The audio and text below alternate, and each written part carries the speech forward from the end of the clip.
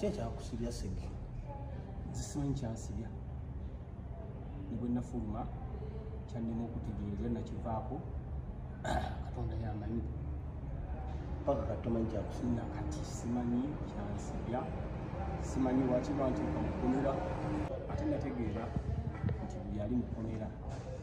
oba si buli ali mu kkomera nti alina omusango. Oyingira ekkomera libateyo kuggyibwako. Wali musibe nga sebo nange bansiba kati wako wansesa nnyo ng'ate tuli mu nnaku nali naalani naye twaseka nigamba abasajja ennaku 3 balinga enkoko ekubiddwa enkuba. Omanyi enkoko ensesere? Omanyi nze nakulira mu kyalo waliwo enkoko gye bayita ensesere nga mwenna mulinga abakubiddwa enkuba tuli myaka 2 naye abasajja baabano balaajana lyasitibwa bbanga lya nnaku 3 so ekkomera tulyagaliza. Kubuuzako gwena omulabi mulungi ali mukundaba amannya gange bampita Brian Wako. Olunaku olwaleero sigenda kwogera nnyo kuba gwe ndi naye mulwadde era mu mbeera efaananako bwetyo. Munzikirize mbanjulire omubaka Honorable Ssegirinya Muhammad musibe munnange sobola okujja nkutegeeza nga nange kubisaayiko okuba olumadde sikulabanga kuba nange Brian Wako ate naawe badde tondabanga sikulabangako nange kubisaayo muganda wange. Embeera yali etya mukomera?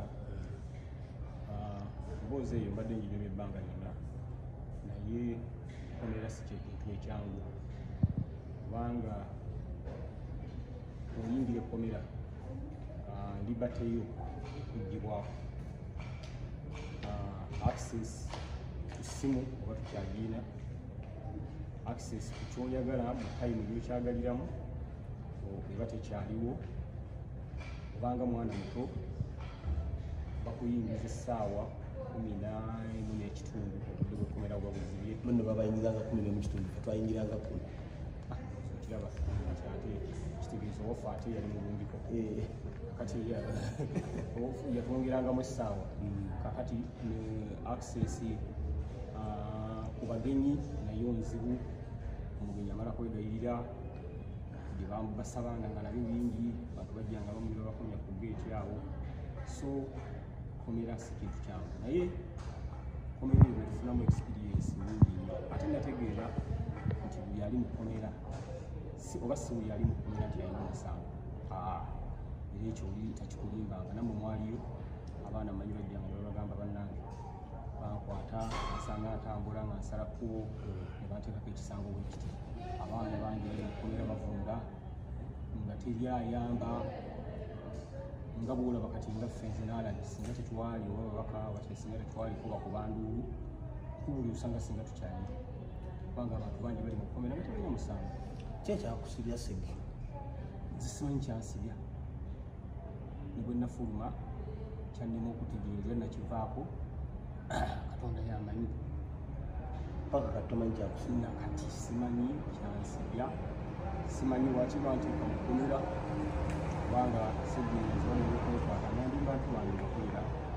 nabujugira bulungi nnyo. Nze okumala okulayira ne ngamba nti Ssegirinya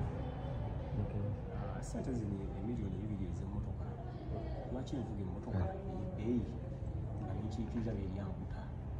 Lwaki ssente zino siziteeka mu youth empowerment? Abantu nali nabasuubiza n'eddwaliro nteekamu n'eddwaliro lwaki abantu sibaterawo cdbox yabayamba nnyo initiative eyo? Abantu nebaterawo bodaboda ambulances abantu nembagabira bodaboda ku buli stage emu nga ngamba nti era gwofunamu ekyamunnu yagifunamu oli munnu nawe nebwegwayo bwemutyo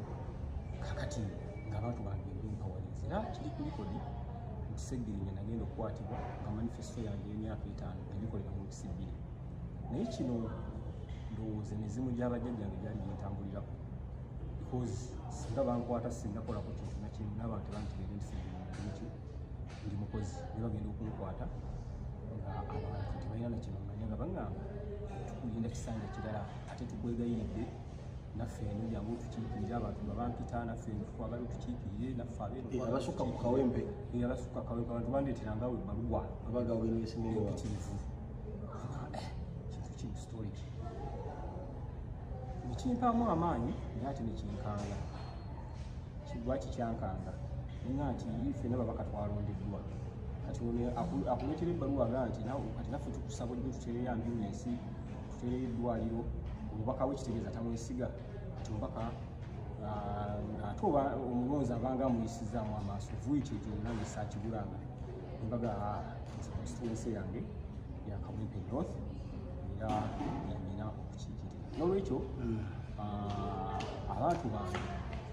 nze nali maze okubakolera era nga tebalina nakyebanja wabula nali ngenda ate kwongerezaako bwongereza kuba nze miliyoni 2 zebatuneza emmotoka saagigula nagala kasipasiyo kange kano kammala kano kasipasiyo nemba ntambulira abantu bange basobole okubeera empowered kubanga omulonzi abikeera mu musana n'agusimbamu n'akulonda ye naaba nga talina kyafunyeemu naye nga ate gwe gwalonze oli kutokoolya kati sente ezo omubaka yalina enteekateeka yaazo erulaba ababaka abasinga bagula za ambulences which is very good kubanga gavumenti eno yalemwa okubeera nga ebintu ebyo ebikola ate nga buvunaanyizibwa bwayo naye tetuyinza kuleka abantu baffe kubonaabona nga ate ffe tusobola okubeera nga tubayamba olwekyo nemba nga nagula ambulensi eyo naye ngaebayamba abakyala bazaaliranga mu ddwaliro ku bwereere abakyala era kati bankubira amasimu ne baŋŋaasa Ssegirinya twawomerwanga 9 kuba omukyala we yazaaliranga mu ddwaliro lya Kawempe North Hospital nga waba azadde omwana omuto omuwa kiro weyenda waba azadde abaana 2 kiro 2 waba azadde 3 kiro 3 waba azadde bangi abasukka mu abo nti enamba nga twali tuyina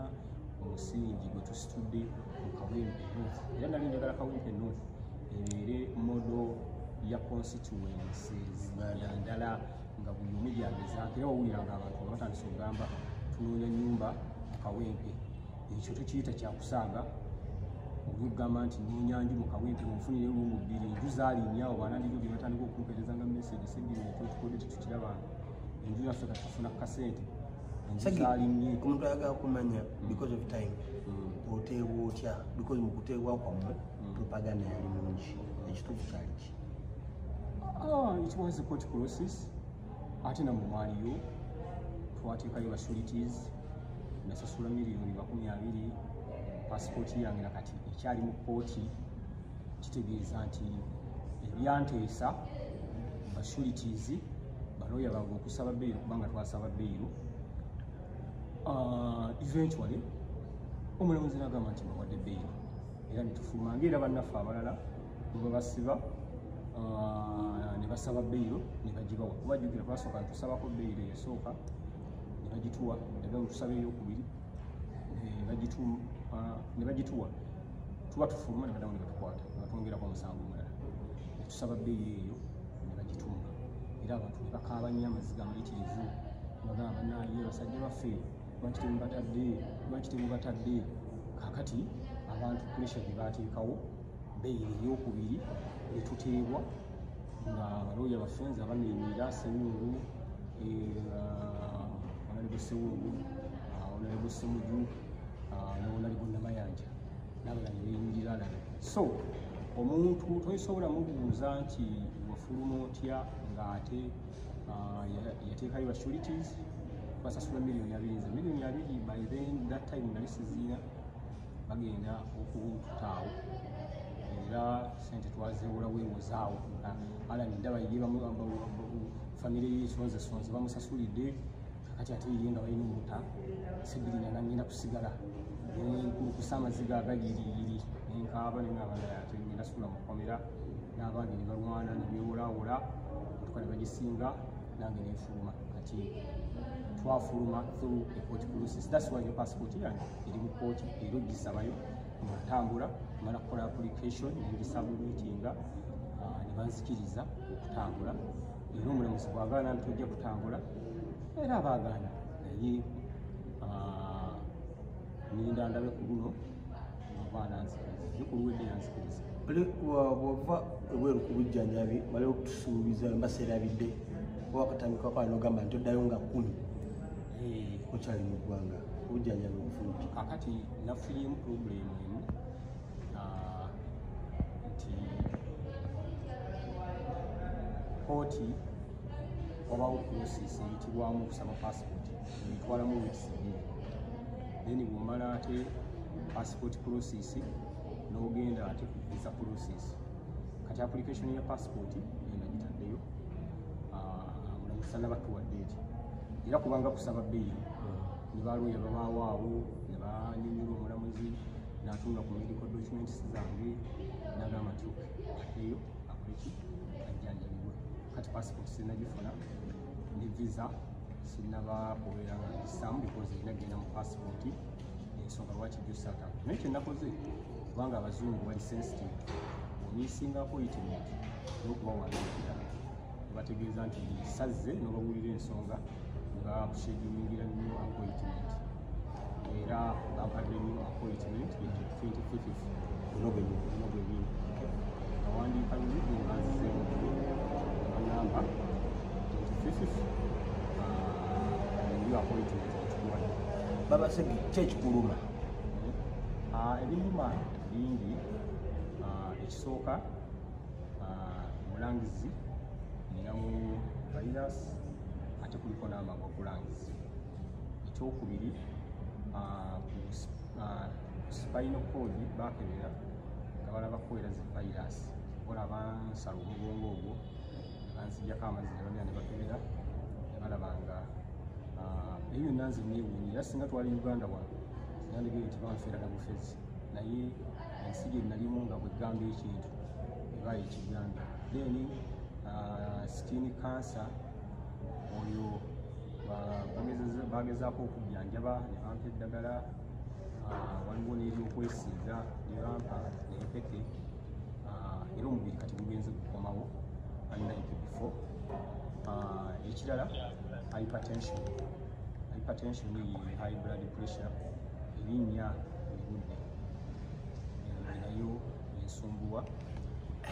omubaka ebikuluma nga bingi sente zibijjanjaba zivaawa ani apeyinga afutinga bills ez'eddwaliro parliament yansasulira wano wabaddewo okerera emabegakawo mu kusooka ensonga parliament yali egiga yali egitutenga eyo ekisaazisaazi mu kusooka naye bwe baafuna amawulire agava mu ddwaliro nga bakubyeyo essimu nabaga nti bano omusajja tali bulungi then parliament ensonga negiyingiramu era nebaza Honorable Ssemuju Honorable Sseggona actually Honorable Sseggona oyo ya passport ate yambeereramu nnyo yawandiikira omulamuzi bwe ngenda naye Masaka musajja oyo Katonda amusasule kaakati nembanga munteekateeka bwetyo kitambuza bwentyo Ssegirinya wejjusa okujoyininga ebyobufuzi sejjusa wabula nfuniddemu ebizibu bingi nze natandika okufuna emiggo nga nkyali kansa naye ng'emiggo egyo manyi ate bwe natuka ku bwemupi gijja kwekakala ate ku bwemupi kyatabuka butabusi tekisobola kummalamu maanyi kubanga abasajja abalwaniza eddembe Mahatma Gandhi Kwame Nkrumah Patrice Lumumba Benazir Bhutto omukyalo oyo bayita mu mbeera bweti nga nange gwempiseemu so tekisobola kummalamu maanyi because kubanga oli human rights activist you have to face all the challenges mu bulamu. Ssegi giri emyaka 3 okuva abantu b'ekayempe bakwesiga ne bakulonda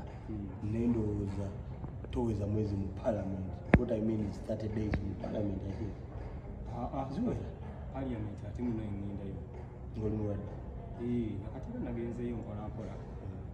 kubanga njagala saagala mbe nga ndi mulwadde ate abalonzi bange babe nga babisinga ate saazizimu njagala obulwadde bwange bube nga bukwata ku nze baba abalonzi bannonda ne bampa ekifo mu mbeera yonna ate era bwe nalindayira nagala nja kukolera mu mbeera yonna obulungi ne mububi kati mu bwendimu bwe bubi kitegeeza olina okubeera nga kasaba omubaka president w'ekibiina ky'oluvaamu ekya NUP omuwuliza president wange muwuliza era mwagala nnyo era mbadde mu Amsterdam abadde njogera naye on a daily basis. Wasembadde musisinkana maaso ku maaso ntegeeza Bobi Wine ate saagala gendeyo waliwo ebimu biri private ate oyagala nkubuulire nagenzeyo gundi ekyo tukireke naye nga mucommunicatinga muwuliza mukama wange ate ye yanfuula kirungi singa si pulezidenti wange Robert Kyagulanyi Ssentamu simanyi oba nandibadde omubaka wa parliament bamujjukira mu bbato ya kaadi nga yalina okusalawo newankubadde twayita mu prosesi yonna ne komiti naki nagamba Ssegirinya katumuwe kaadi. Kale nayanze nnyo omubaka nkwagaliza nno buwanguzi mu buli kimu kyokola nakuwona ani bagamba quick recovery. Thank you so much. Ssegirinya nno sebenze bansiba ennaku 3 naye nabalira emyezi 2 nga bakomera ogei wansisa ngamba sajja businga babaleese wano walinga kugamba sajja singa babaleese wano naye bamanya nti abasajja bali tubagattako bano bali tujja bagumyagumya naye komera yagumya ate oba wakaliyingira aluddemu yagumya yakaliyingira bajjukira amakomera okuba kati gakyuka naye edda makomera gedda mwabangamu okusiika capati oyingidde nekusiisa capati bayinza okugamba talina kulaba tv ebimalamu kala kati tv yekomera kwe kuyingiza wansi eryebweru kati nga tobimanyi byonna byonna okwekanga ngaotomedde olwobudde byakubuuza ekisembayo so 226 nteekateeka ki 226 sinagitunuulira nnyo njagala ekisanja kino kyowosooka okumbuuza kitulimu kati kuba tukawempe bategekedde gino emyaka 2 emyaka nakawempe agenda kusiitinga services because eddwaliro bwe lyanzijanjabye yaŋŋambye nti oba wali ozinzeeko ku mota y'eggaali banzinguludde ne baddamu ne banzinga buto bangambye nti kati okuddamu okulwala kijja kuba kizibu nnyo kitegeeza okukaaba endwadde ndowooza kugenda kukoma mwaka guno omwaka ogujja ngenda kubeera muzibu mugenda kulaba ku musajja oli owedda ow'ebisinde njabala kugambye ate kati ngenda kubeera muzibu tandibaato giri ennyina ate negattibwako kati amaanyi ga paliyamenti olwo nagendanga ku paliyamenti ng'abasajja oluningirako bwe bati nga jeeke kati jeeke tekyasobola kumukwatibwa kitegeeza muwanira ku gulawundi ate ne mu paliyamenti olina kubeera muzibu nnyo era abagali kulasa 229 munnerinde tayanza saasukambayo bulungi mweraba